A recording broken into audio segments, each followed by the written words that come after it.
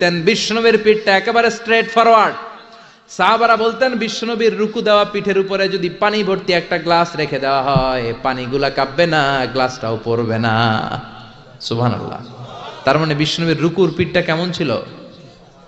Straight forward. বিষ্ণুনবী বলেন রুকু থেকে দাঁড়াবা, ধীরস্থির ভাবে দাঁড়াও।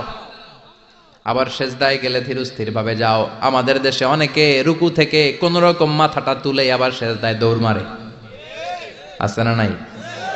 লক্ষ্মীপুরে নাই, এদিকেও আছে। দুই সেজদার মাঝখানে ধীরস্থির ভাবে বসা হচ্ছে ওয়াজিব। অনেকে এক সেজদা থেকে কোন রকম মাথাটা একটু উপরের দিকে উঠিয়ে আরেক সেজদায় মুরগির মতো ঠোকর মারে, এরকম তো এদিকে নাই না? আবার অনেকে ইমাম সাহেবের আগে দৌড় মারে, আছে না নাই?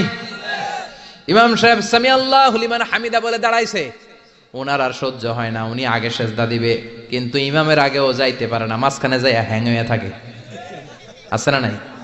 মোবাইল মাঝে মাঝে হ্যাং হয় না, মানে সামনেও যায় না পিছনেও যায় না। তো ওনারাও ইমামের আগে সেজদায় যাবে, তো ইমাম যাইতে পারে না, উনিও যেতে পারে না, মাঝ অবস্থায় যায় কি হয়?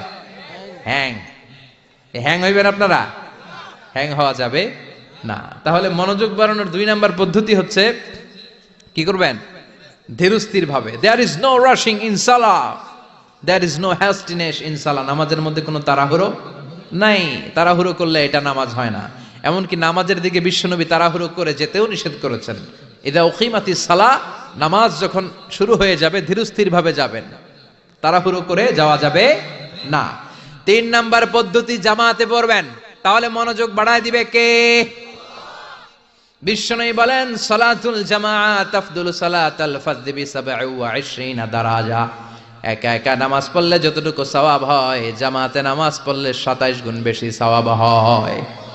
জামাতে পড়ার দরকার আছে না নাই? জামাতে পড়লে আর মনোযোগ এদিক সেদিক যায় না। সবাই আল্লাহু আকবার, আমি আল্লাহু আকবার, সবাই আসসালামু আলাইকুম ওয়া রাহমাতুল্লাহ, আমি আসসালামু আলাইকুম ওয়া রাহমাতুল্লাহ, মন আমার এদিক সেদিক যাওয়ার সুযোগ আছে? কম, ঠিক কি না?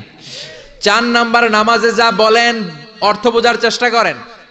আমরা সালাতে যেটা বলি এটার অর্থ বুঝি না। আমরা প্রতিদিন বলি আলহামদুলিল্লাহি রাব্বিল আর রহমানির মালিকি, আবার বলি সামি আল্লাহু লিমান হামিদা, কি কইলাম বুঝি নাই। সুবহান রাব্বিয়াল আলা মানে কি জানি না।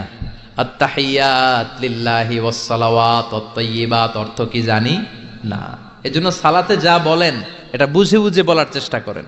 অ্যাট লিস্ট সালাতে যেটা আপনি পড়েন এটার অর্থটা শিখার চেষ্টা করেন, তাহলে বললে হৃদয়ের মধ্যে টাচ লাগবে, অন্তরে দরদ লাগবে, চিৎকার করে বলেন ঠিক কি না? 5 নাম্বার পদ্ধতি নামাজের মধ্যে